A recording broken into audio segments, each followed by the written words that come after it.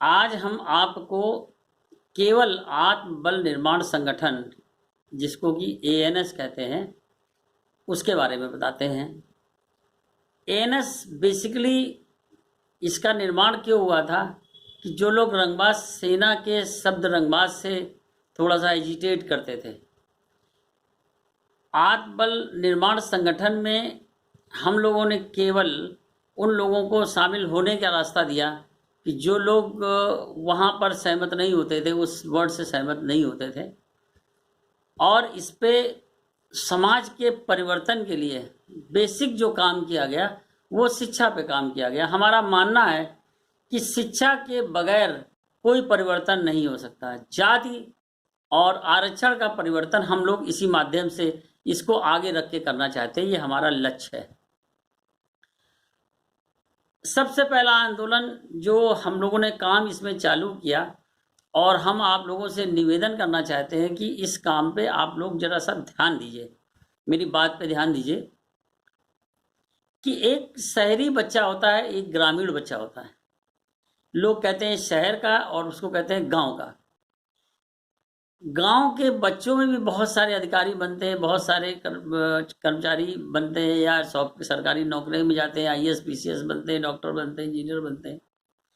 लेकिन बेसिक जो आप प्रैक्टिकल देखें, चूँकि आप लोग गांव से जुड़े हैं, हम लोग भी गांव से जुड़े हैं, तो बेसिक जो अंतर देखें स्ट्रक्चर का, वो लोगों में, हमको बच्चों में ये समझ में आता है कि वो लोग इतने स्मार्ट नहीं होते, क्योंकि वो गांव में रहते हैं, खेती बाड़ी तो करते ही करते हैं, देखते भी हैं, सब कुछ करते हैं, उसी माहौल में रहते हैं। और ये जो सच्चे बच्चे हैं वो कॉन्वेंट और जो पब्लिक स्कूल्स के टच में ज़्यादा रहते हैं, या जो इनका परवरिश होती है थोड़ा सा पैसे वालों में मान लीजिए या जैसे भी मान लीजिए, तो इन लोगों के रहन सहन में अंतर होता है, बोलने में अंतर होता है, स्मार्टनेस में अंतर मिलता है। ये एक सच्चाई है।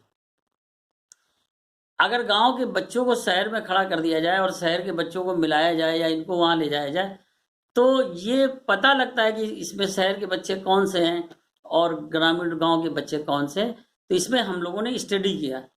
स्टडी करने के बाद ये पाया कि सबसे ज़्यादा जो ये चीज़ निकल के आती है वो आती है बोलने से, वोकैबुलरी से।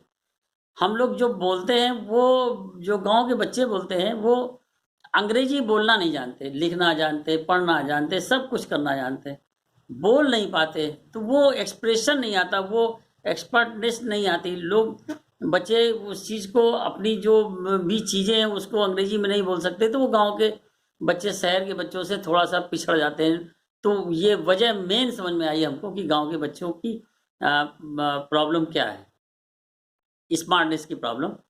इसको दूर करने के लिए हमने जब रिसर्च किया और ये पाया कि इसमें क्यों ना ऐसा कुछ किया जाए कि एक स्कूल खोला जाए, तो प्रैक्टिकल के रूप में हमने एक स्कूल खोला अपने लखनऊ की सीमा से लगा हुआ, जिसका जो नाम था मिशन ग्रामीण ग्रामीण मिशन अंग्रेजी, ग्रामीण मिशन अंग्रेजी, जिसमें हम लोग कक्षा 4 या 5 के बच्चों से लेकर के इंटर तक के बच्चों को एक साथ बुलाते थे और एक साथ बैठाल करके अंग्रेजी बोलने वाले, देखिए बहुत गौर से सुनिए, fluent in English, fluent in English, जो टीचर अंग्रेजी बोलना जानता हो उसको बुला करके उन बच्चों को पढ़वाया हम लोगों ने।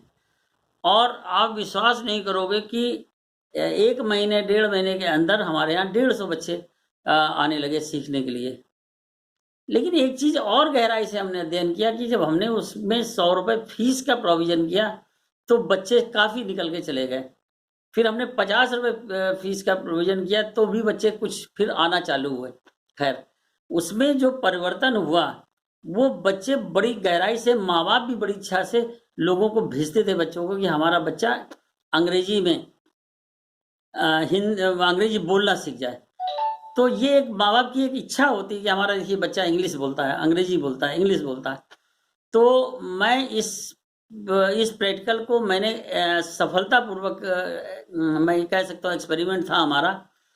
तो आप लोगों से हमारा एक रिक्वेस्ट है, अनुभव भी है, कि इसमें ज़्यादा जगह की नहीं, एक कमरा अपने गांव में, एक कमरा जिसमें कि बोर्ड बोर्ड में कोई लिखना तो पड़ता नहीं, लेकिन फिर भी एक बोर्ड है, चाक है, और छोटी मोटी चीज़ें की ज़रूरत पड़ती है, और कोई ख़ास चीज़ों की ज़रूरत नहीं पड़ती है। और एक आप लोगों को, बच्चों को बुला सकते हैं। बुलाने के बाद केवल जो सबसे महत्वपूर्ण चीज़ है, अंग्रेजी बोलने वाला टीचर होना चाहिए। अगर अंग्रेजी बोलने वाला टीचर आपके यहाँ पर अवेलेबल है, तो आप लोग हर गांव में एक स्कूल खोलिए, और ज़्यादा नहीं, 1 घंटे का समय उसको दीजिए। आपका कोई काम नहीं, अगर आप अंग्रेजी नहीं बोलना जानते हैं, आप उस टीचर को नियुक्त करिए कि भाई 1 घंटे आपको यहाँ पर आकर पढ़ाना है। उसके लिए जो भी पैसा खर्च होता है, 100 रुपये फीस भी अगर लगा देंगे तो 10,000 रुपये 100 बच्चों में आ जाएगा आपका। तो कहीं पर भी नुकसान नहीं है, और आप इसको आसानी से कर सकते हैं। तो पहले तो आप लोग एक मिशन चलाइए, और कोई भी चलाने से पहले अगर कोई दिक्कत आए तो मैं सारा सहयोग करने के लिए तैयार है, जिसमें कि कोई पैसा नहीं लिया जाता। हमारे संगठन की ओर से कोई पैसा नहीं लिया जाता, ना अभी लिया जाएगा, ना बाद में लिया जाएगा। आप लोगों से निवेदन है, फिर निवेदन है पुनः, कि अपने अपने गांव में एक स्कूल चलाने का प्रावधान करें। ज़्यादा से ज़्यादा 2-3 गांव के बीच में एक स्कूल बनाएं। स्कूल नाम जरा सा लगता है बड़ा भारी है, लेकिन एक कमरे के स्कूल में बाहर बच्चों की थोड़ा बैठने की जगह, कहीं पर पक्की फर्श हो, उसमें ज़मीन में बैठने की व्यवस्था कर दीजिए, कहीं भी बैठने की व्यवस्था कर दीजिए, और टीचर को बोलने का, पढ़ाने का ध्यान कर दीजिए। तो एक तो आप लोग ये काम करिए। दूसरा जो काम हमारा किया हम लोगों ने, वो किया शिक्षा पे। वो 2 साल 2.5 साल से हम लोग करते भी आ रहे हैं, उसी पे जोर दिए, समान शिक्षा पे एक पाठ्यक्रम पूरे देश में चलाया जाए, ये हमारी मांग है। आपके जो उत्तर प्रदेश के शिक्षा मंत्री जी भी हैं, वो भी कैसे, शिक्षा मंत्री के अलावा जो मुख्यमंत्री जी हैं योगी आदित्यनाथ जी भी मान चुके हैं इसको, कि एक शिक्षा पद्धति लागू होनी चाहिए, जो हमारी मांग चली आ रही। एक शिक्षा पद्धति, देखिए ग्रामीण, अब आप एक बात देखिए कि जब से हमारा भारत स्वतंत्र हुआ, संविधान की रचना हुई, उसके बाद से कितनी ज़्यादा शिक्षा के प्रति वो बढ़ती गई, कि शिक्षा के प्रति ध्यान नहीं दिया गया। अब इसी से अंदाज लगाया जा सकता है कि 52 साल बाद एक परिवर्तन हुआ 2002 में। एक इसमें जो जोड़ा गया, एक मौलिक अधिकार का विधेयक पेश हुआ 2002 में, देखिए पेश हुआ, और 2009 में पारित होकर लागू हुआ। 7 साल वो लटका रहा, जो भी प्रोसीजर रहा हो, जो भी सिस्टम रहा हो, लेकिन लोगों ने लटका दिया उसको। वो विधेयक 2009 में पारित हो गया और लागू हो गया। उसमें कक्षा 6 से लेकर के 14 साल के बच्चों को मौलिक अधिकार में शामिल कर दिया, यानी फ्री और निःशुल्क शिक्षा का प्रावधान किया गया, जो राज्य सरकारें करती आ रही हैं। उसके बाद अभी एक नई शिक्षा नीति, जो कमीशन कई बैठा ले गए, लास्ट कमीशन ने अपना ड्राफ्ट सरकार को सौंपा, वो अक्टूबर में लागू होने वाला था। नई शिक्षा नीति भारत की कैसी हो, तो उस पर बहुत सारे संशोधन किए गए हैं, बहुत सारे विचार व्यक्त किए गए हैं। लोग, सरकार से कहा गया कि आप इसको लागू करें, जैसे कि केंद्रीय शिक्षा आयोग का गठन उसमें कहा गया करेंगे। 10+2 की एजुकेशन बदली गई है।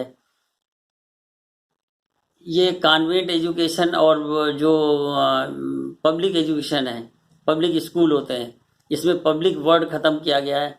एफिलिएशन लोग ले लेते हैं बहुत ज़्यादा, विदेशों से जाकर के, बहुत स्कूल उससे जाकर के एफिलिएशन ले लेते हैं, लेकिन उस एफिलिएशन शब्द को भी ख़त्म किया गया है। कई चेंजेस इसमें नई शिक्षा नीति में लागू किए गए हैं। हम सिर्फ 2-3 चीज़ें मांग रहे हैं। हम ये मांग रहे हैं कि इंटर तक सारे बच्चों को मौलिक अधिकारों में शामिल कीजिए। नंबर 1, बहुत महत्वपूर्ण बात है कि इधर के केजी नर्सरी के बच्चे छोड़ दिए गए, उधर इंटर फर्स्ट ईयर के बच्चे छोड़ दिए गए, बाकी बच्चों को शामिल किया। अरे मौलिक अधिकार में शिक्षा को शामिल करना, तो बेसिक और माध्यमिक दोनों शिक्षाओं को शामिल करिए, और छोटे थोड़े बच्चों को छोड़ दिया आपने। इंटर तक के पूरे बच्चों को मौलिक अधिकार दीजिए, यानी कि फ्री शिक्षा जो सरकारी स्कूलों में दी जाती है, और अनिवार्य शिक्षा। अनिवार्य मतलब सारे बच्चे को पढ़ना जरूरी है, और फ्री एजुकेशन, उसके लिए कोई पैसा नहीं लिया जा सकता। NCERT की किताबें पूरे देश में लागू कर दीजिए। जैसे कि नवोदय विद्यालय और केंद्रीय विद्यालय में लागू है ऑलरेडी, उसमें आप पूरी तरह से लागू कर दीजिए।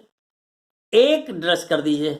देश में जैसे पुलिस की एक ड्रेस है, आर्मी की एक ड्रेस है, तो ये बच्चों की भी एक ड्रेस हो सकती है। जहां भी देख लीजिए, अगर आपको वो ड्रेस दिख जाए तो समझ लीजिए कोई स्टूडेंट है। किसी भी जगह जाइए, भारतवर्ष के किसी कोने में जाइए, अगर वो ड्रेस देख लीजिए तो समझ लीजिए वो स्टूडेंट है। अलग अलग अलग अलग अलग अलग बिल्कुल धांधला गर्दी मचा रखी है। प्राइवेट स्कूलों ने, कॉन्वेंट एजुकेशन ने अपने स्कूलों की किताबें छपवाना, अपनी ड्रेसें देना, अपना ये करना, अपना व्यवस्था देना, अपना किताब देना, अपना बराबर, ये सब क्या है? खत्म। तो ये आ भी रहा है, ये चीज हम मानते हैं कि इसमें सुधार आ रहा है। और मुझे लगता है कि जैसे बिहार गवर्नमेंट है आपकी, बिहार गवर्नमेंट भी इसमें परिवर्तन करने के लिए अभी जो उच्च न्यायालय ने कुछ व्यवस्थाएं दी हैं, जो कहा है कि आप लोग इसको लागू करिए। तो इस तरह से हम लोग जो अपना प्रेशर कर रहे हैं, वो एक ये है हमारा मानना। क्या है आगे, क्यों कि समान शिक्षा जब हो जाएगी तो सारे देश के बच्चे एक ही किताब पढ़ेंगे, तो जिसमें टैलेंट होगा वो आगे आएगा। जब टैलेंट वाला बच्चा आगे आएगा, आगे बढ़ेगा, जाकर के सरकारी नौकरी की तरफ बढ़ेगा, तो ये प्रश्न उठ सकता है कि भाई इसमें अब जाति के आधार पे आपको आरक्षण क्यों दिया जाए? जाति के आधार पे आपको क्यों दिया जाए? जब आपके अंदर की एजुकेशन ही सब फ्री है, सारी चीजें फ्री हैं, तो आपको सारे बच्चों के लिए एक ही चीजें हैं। हम एक बात आपकी कह सकते हैं कि अगर कोई पैसे वाला आदमी है, जो कॉन्वेंट स्कूल चल रहे हैं बड़े बड़े, ये चलने दीजिए, हमको नहीं मतलब है। इसके टीचर भी सेम होने चाहिए। जो पढ़ाई टीचर यहाँ कराते हैं वही पढ़ाई टीचर वहाँ भी कराएं। LT BEd वाले टीचर वहाँ भी पढ़ाएं। तो अगर शिक्षा पढ़ाने की व्यवस्था वही है और शिक्षा भी वही है, सारे बच्चे एक चीज पढ़ रहे हैं, तो किसी को क्यों कोई सुविधा दी जाए, ये प्रश्न उठ सकता है। इसलिए मुझे लगता है कहीं ना कहीं आगे चल के आरक्षणवाद भी खत्म हो सकता है, जातिवाद भी कम हो सकता है। इस दिशा में आप काम करिए। आपके किसानों मजदूरों का कितना फायदा होने जा रहा है। कोई फीस नहीं लगेगी उनको, कोई भी ड्रेस नहीं सिलानी, कोई कुछ नहीं करना, कुछ भी भार नहीं। जब ये भार उठ जाएगा, उतर जाएगा, तो आप सोचिए कि एडमिशन के समय में कितना लोग परेशान होते हैं। तो वो परेशानी से आप लोग इजात पा जाएंगे। और हमें अपेक्षा है कि हमारा एक एक कार्यकर्ता या सुन रहा जो लोग सुन रहे हैं या जो लोग हमसे जुड़े हुए हैं, वो इस चीज़ को ज़्यादा से ज़्यादा फैलाएं और इस चीज़ को मोदी तक ले जाएं। हमने बहुत जो प्रयास हम लोग कर रहे हैं वो तो कर ही रहे हैं, उसके अलावा एक साथ इसको फैला करके इस पे प्रेशर बनाए, ताकि ये चीज़ लागू हो जाए और देश के लिए एक बहुत बड़ा भला हो जाए। और फिर पुनः एक बार हम निवेदन करते हैं आपसे कि कानून, जो कोरोना का एक जो दौर चल रहा है, ये दौर भगवान करे जल्दी ठीक हो।